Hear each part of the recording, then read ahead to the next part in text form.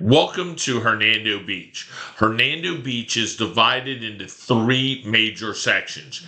You have direct Gulf of Mexico access here, and this is direct access Hernando Beach. You have the middle section of Hernando Beach, which is indirect Gulf access, but does not have an HOA. And then this section is Hernando Beach South, which has indirect access as well as an HOA. So let's go back and review the sections and why it's important. In the direct Gulf of Mexico access section, you live in a area where the canals behind your home or lot are salt water. They go up and down to the top with the tide. They're directly connected to the Gulf of Mexico. So you can go boating at any time without any worries about tidal tides or anything else because you can all of these canals connect to the Hernando Beach uh, channel, and it goes about 2.5 to 3 miles into the Gulf of Mexico, and you have predictable about 5 foot depth through all of these canals all the way out to the Gulf where it's 5 foot in that area. Okay, what's great about Hernando Beach direct access is there is no HOA. You only have to follow county codes. County codes allow you to run an Airbnb. They allow you to park your boat in your yard. They'll allow you to park your RV in the driveway. It allows you to have sheds. It allows you to do most of the things that people want to do. This is the most popular section for boaters because of the easy boating area.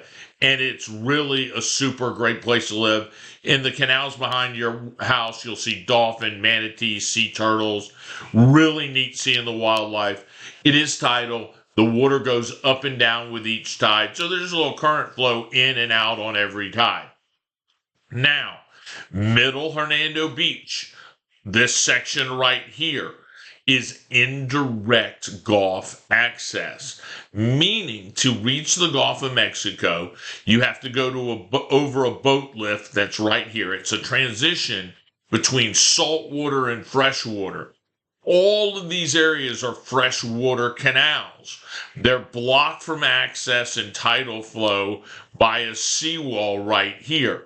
There's a boat lift that'll carry you over from freshwater to saltwater, but the major problem is on Campanero Intra, there's a street level bridge that won't allow most boats to go under at high tide. Advantage in Hernando Beach Middle is no HOA. Just like the north section, you only have to follow county codes. Means you can have boats in your yards, RVs in your yard. You can put storage sheds. You can put up any fence that the county allows. And you can run your property as an Airbnb if you want.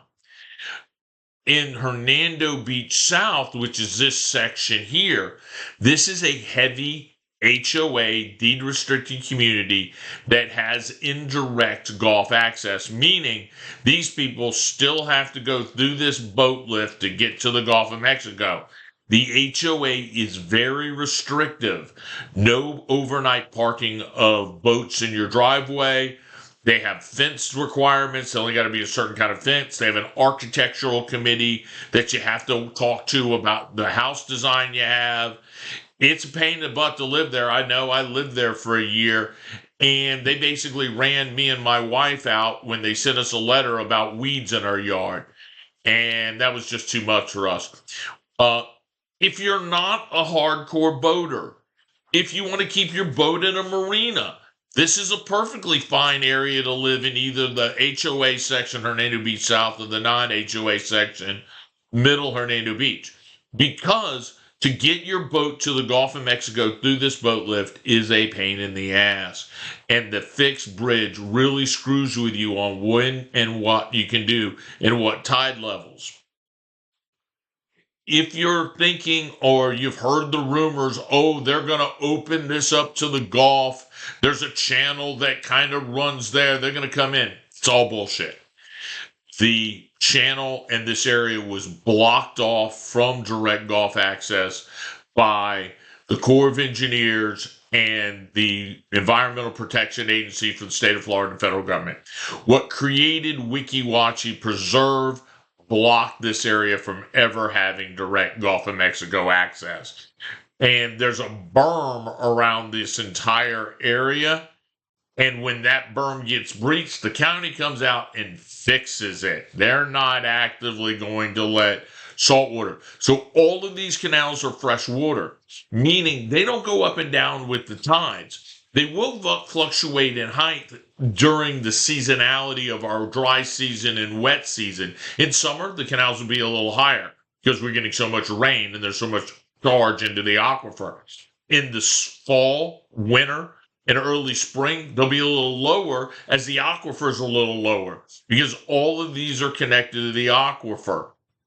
There are underground caverns and caves that run out into the Gulf of Mexico, so you will see saltwater fish in this environment because they're swimming in from the Gulf underneath the caves and popping up in these canals because all these canals were dug for lime rock. You can see all the old lime rock pits here. That's all this was. All of this was all this at one point, and they made them canals. All right, guys. My name's Greg Clecia, so I hope you enjoyed this explanation about the various sections of Hernando Beach. If you have any questions, you'd like to talk to a real expert about finding the right house for you in Hernando Beach, give me a call at 813-394-4356. Have a great day. Bye now.